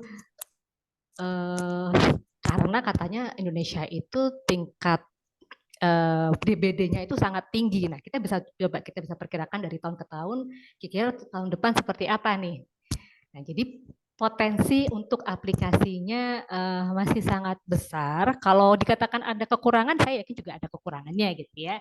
Nah, disinilah tugas kita untuk mencari gitu, mencari terus kira-kira kekurangannya di mana. Siapa tahu kita bisa improve algoritmanya gitu ya. Gitu. Jadi PhD study ini. Atau mungkin kita bisa kok compare dengan metode yang lain seperti itu. Nah, mungkin dari saya sedikit saja. Mudah-mudahan bermanfaat di hari Jumat ini. Mohon maaf kalau misalnya terlalu teknikal gitu. Mudah-mudahan bisa diterima dan mudah-mudahan bisa memberikan insight yang positif tentunya bagi rekan-rekan Bapak dan Ibu. Kalau Bapak Ibu dosen pasti sudah cukup familiar lah ya dengan topik-topik seperti ini gitu. Dan juga bagi rekan-rekan mahasiswa baik yang di TELU maupun yang di UGM, yang di UMY seperti itu. Atau tadi ada dari UNU juga ya, Masya Allah luar biasa. Oke, sekian dari saya. Terima kasih banyak atas kesempatannya. Saya kembalikan kepada Ibu Dian. Baik, terima kasih Ibu Galuh atas pemaparannya tentang Deep Learning for Demand Volatility Prediction in Inventory Management. Bapak dan Ibu semuanya, kita sudah sama-sama menyimak ya pemaparan dari Bu Galuh. Apabila Bapak dan Ibu memiliki pertanyaan, mangga kami persilakan untuk menyampaikan di kolom chat Bapak dan Ibu. Oh, baik, sudah ada pertanyaan pertama Bu Galuh. Oke, saya bacakan ya Bu ya. Apa tantangan utama yang dihadapi oleh sistem manajemen inventaris yang mengadopsi deep learning di tengah perubahan cepat yang menjadi ciri-ciri dari lingkungan future yang tadi ya terus berubah volatilitas, ketidakpastian, kompleksitas, dan ambiguitas. Mangga Bu Galuh.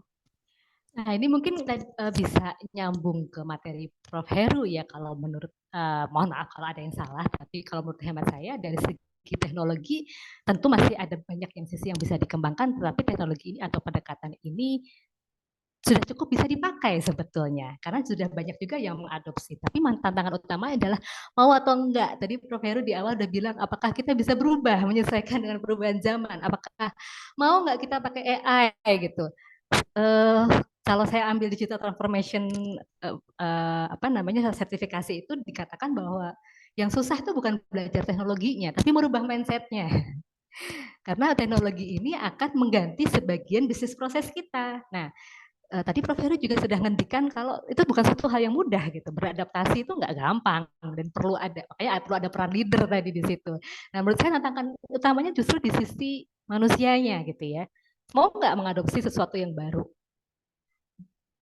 Sesuatu yang baru itu nggak pernah nyaman gitu ya, nggak pernah nyaman untuk kita langsung adopsi begitu saja. Kita biasa pakai sneakers misalnya, kemudian kita tiba-tiba harus pakai high heels. Waduh, pakai kemeja gitu, kemudian tiba-tiba harus pakai jas gitu ya. Nah, padahal memang cuacanya sedang dingin, seharusnya pakai jas itu lebih enak. Tetapi perubahan itu yang sesuatu yang tidak nyaman gitu ya. Jadi menurut saya sih tantangannya justru ada di sisi organisasinya, ada di sisi manusia, ada di sisi leadership-nya tadi yang Prof. Heru sudah buka di awal dengan sangat baik gitu. Gitu Bu Dian. Baik, terima kasih Bu Galuh. Bu Galuh ada pertanyaan lagi nih dari Bapak atau Ibu Syuhada. Bu Galuh, untuk membuat modeling demand sektor transportasi publik, apakah bisa dengan model tersebut untuk melihat perubahan demand berdasarkan jalur sehingga dapat menentukan jumlah armada dan jarak antar armada atau headway? Ada di kolom chat Bu Galuh. Nah, Pak Sada, terima kasih banyak atas pertanyaannya. Wah, ini agak berat. Bu Dian boleh bantu ya? Kalau untuk ke time series aja sih Pak Sada, jadi dia mempelajari perilaku data sekuensial. Tetapi untuk mesin learning sendiri, nah dia ada berbagai metode-metode yang lain, Pak Sada. Jadi, nah mungkin ini yang bisa kita explore lagi mana yang akan dipakai. Tapi saya kira meskipun saya belum terlalu menguasai yang sudah transportasi itu seperti apa, saya kira ada gitu ya. Tapi kalau LSTM ini sendiri tadi dia untuk forecasting data yang sifatnya sekuensial atau data yang sifatnya berurutan. Sedangkan kalau transportasi publik ini kan dia seperti network gitu ya. Jadi dia sifatnya bukan time series gitu ya. Jadi kita akan membutuhkan tools yang lain gitu. Atau mungkin kita bisa compare, kita mau bikin planningnya pakai data time series dulu, pakai LSTM bisa. Kemudian nanti kita buat modelingnya dengan sistem dynamic misalnya seperti itu, kita simulasikan dulu, itu juga bisa. Jadi dengan tidak dengan satu tools aja gitu. Mungkin kita bisa gabungkan STM dengan sistem dynamic. Sistem dynamic itu kan dia mensimulasikan the real situation untuk kemudian kita berikan skenario. Nah, skenario-nya bisa misalnya merubah apa tadi jalur gitu.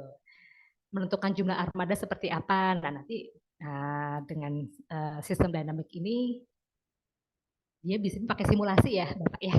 Jadi bisa dibantu gitu. Tapi kalau untuk LSTM sendiri dia untuk sequential data gitu, Pak. Mudah-mudahan mudah-mudahan menjawab. Baik, terima kasih Bu Galuh. Bu Galuh, ini sebenarnya masih banyak pertanyaan tapi harus kita sudahi karena udah mau sholat Jumat, Bu. Oke, nanti mungkin kalau ada pertanyaan lainnya saya bakal sampaikan langsung ke Bu Galuh ya untuk mungkin dapat dijawab. Baik, kalau saya ringkas ya Bu Galuh, ternyata demand itu sangat volatile ya Bu ya. Setiap hari ada aja hal-hal baru yang muncul. Mulai dari kalau dulu es krim hanya Mixue gitu ya. Sekarang ada Aicha, Momoyo, Bingsue dan lain-lain. Jadi lagi hype-nya es krim tuh demandnya lagi tinggi. Nggak tahu deh nanti bulan depan masih hype atau enggak gitu. Nah, disitulah pentingnya kita untuk bisa memprediksi demand ya Bu ya. Tadi yang saya highlight juga salah satu pendekatan prediktif yang ada pada deep learning yaitu menggunakan LSTM, long short term memory. Loh, pintar ini pendekatannya ya Bu. Bisa menentukan yang mana yang harus di forget, yang mana yang harus di remember gitu. Keren banget. Mungkin mahasiswa bisa menggunakan pendekatan itu tuh, yang mana yang di forget, yang mana yang di remember. Jangan di forget semua, aduh. Baik, keren sekali ya Bu Galuh pemaparan materinya. Baik Bu Galuh, apakah ada kata-kata penutup dari Bu Galuh atau pesan-pesan yang ingin disampaikan sebelum sesi ini kita akhiri? Mungkin juga untuk mahasiswa-mahasiswa yang hadir pada pagi hari ini. Mangga Bu Galuh. Baik, terima kasih Bu Dian. Saya pengen pantun tapi nggak bisa. Harus belajar dulu ke Pak Heru gitu. Padahal mau saya cakepin loh Bu. Udah dari sananya Mas. Baik, mungkin sedikit dari saya. Terima kasih banyak sebelumnya atas kesempatan yang diberikan kepada saya. Mudah-mudahan bermanfaat. Sedikit pesan dari saya, mudah-mudahan kita bisa menjadi insan yang tidak takut akan perubahan. Gitu. Karena sesuatu yang sesungguhnya sesuatu yang pasti itu adalah perubahan itu sendiri. Seperti itu. Jadi kalau tadi Pak Heru bilang bahwa kita organisasi itu harus bisa beradaptasi. Nah itu betul. Nah ini adalah salah satu hal apa yang saya sampaikan ini mudah-mudahan bermanfaat ya. Dan salah satu hal yang mudah-mudahan juga bisa diadapt gitu ya. Mungkin baik untuk Bapak Ibu dosen atau juga rekan-rekan mahasiswa agar mungkin mudah-mudahan bisa menjadi insight untuk skripsinya mau pakai LSTM nih. Nah, mudah-mudahan ya bisa memberikan manfaat. Tapi teknologi ini terus berkembang. Satu-satunya yang bisa kita lakukan untuk bisa bertahan kan kalau Darwin itu kan bilang survival of the fittest gitu ya. Satu-satunya untuk bertahan ya kita menjadi fit kita harus mengadaptasi perubahan itu, tentu saja perubahan yang baik yang kita adaptasi ya. Contohnya ada seperti itu, sehingga mau kita masih muda, masih mahasiswa, mau kita nanti sudah di umur masuk kerja, mau kita sudah menjadi ibu-ibu misalnya gitu ya, kayak kita ya Bu Dian ya, mau kita nanti sudah mendekati umur pensiun, perubahan itu nggak berhenti. Artinya adaptasi kita harus terus berjalan. Kita harus selalu terbuka terhadap hal-hal baru yang tentunya yang baik gitu, yang bermanfaat seperti itu. Mudah-mudahan bermanfaat. Saya kembalikan lagi Bu Baik, Dian. terima kasih Bu Galuh. Mantap. Bu Galuh, terakhir sebelum sesi ini berakhir, kami dari Fakultas Ekonomi dan Bisnis ingin menyampaikan sertifikat apresiasi kepada Bu Galuh yang akan diberikan secara simbolis oleh Ibu Ketua SOT kita, Bu Dini. Mangga, Bu Dini, dipersilahkan.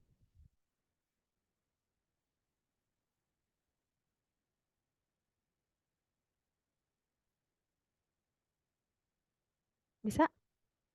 Bisa. Oke. Bu Galuh Sudarawati. Ibu terima kasih waktunya udah mengisi kegiatan Chaos Online Training yang ke-65. Terima kasih banyak waktu dan sharing ilmunya buat kita semua, ilmu barunya untuk kita semua. Sebagai apresiasi dari kami, panitia juga dari FEB, Fakultas Ekonomi dan Bisnis Telkom University, berikut sertifikat dari FEB untuk Bu Galuh.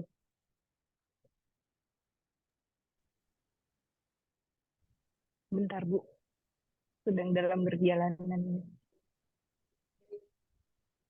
perjalanan sinyal.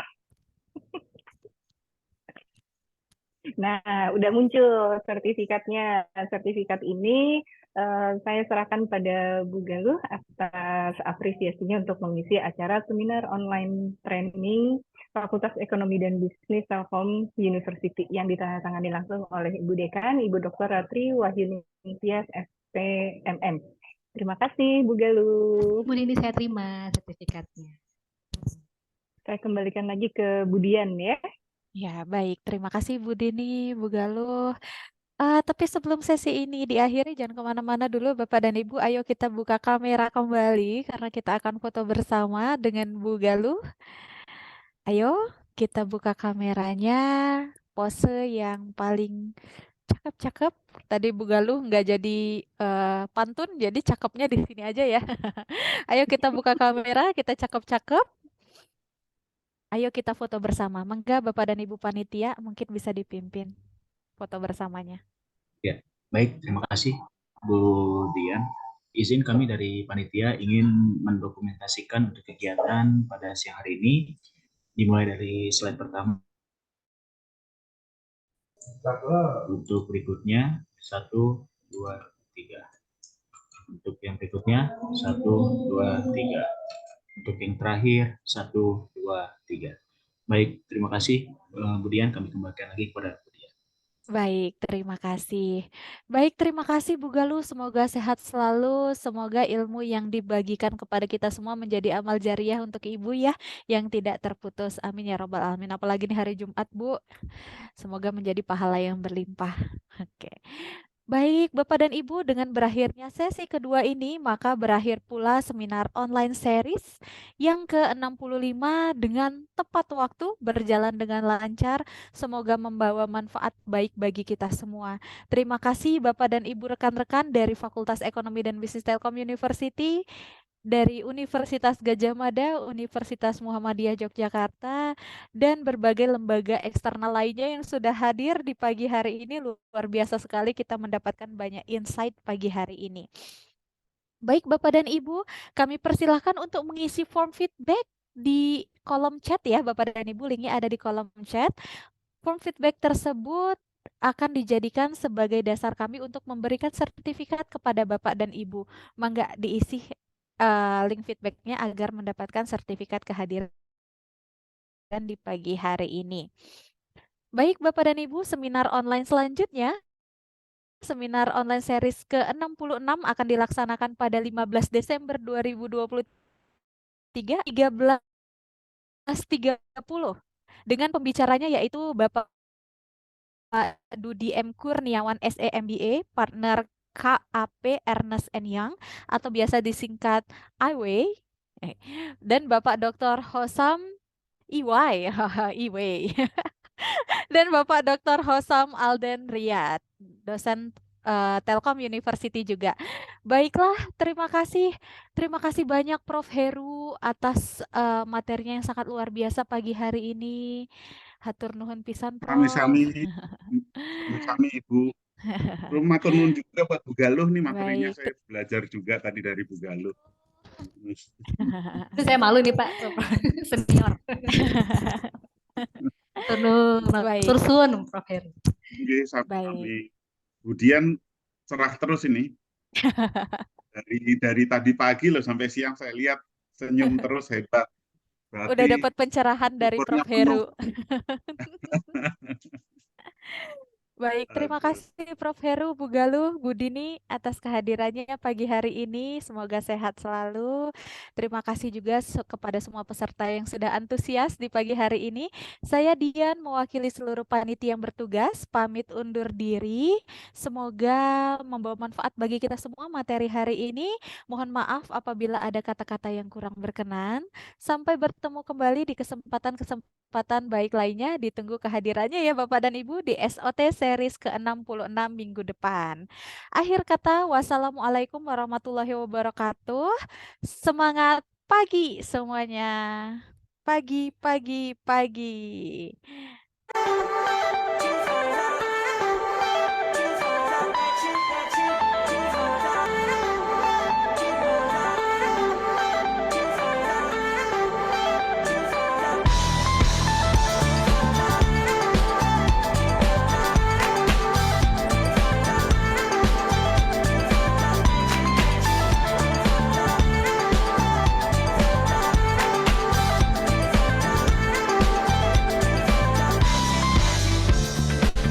Turn your magic on. With me, she'd say everything you want to dream away. We are legends every day. That's what she told me. Turn your magic on. To me, she'd say everything you want to dream away. Under this pressure, under this weight. We are diamonds, and I feel my heart beating. I feel my heart underneath my skin. I feel my heart beating. You make me feel like I'm alive again.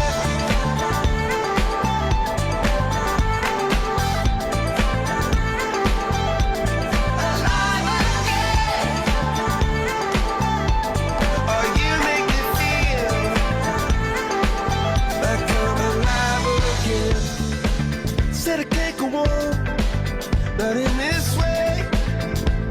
I'm a dreamer, die by light of day. Gonna hold up high the sky and say, only I own it. And I feel my heart beating. I feel my heart underneath my skin. Oh, I can feel my heart beating. 'Cause you make me feel like I'm alive.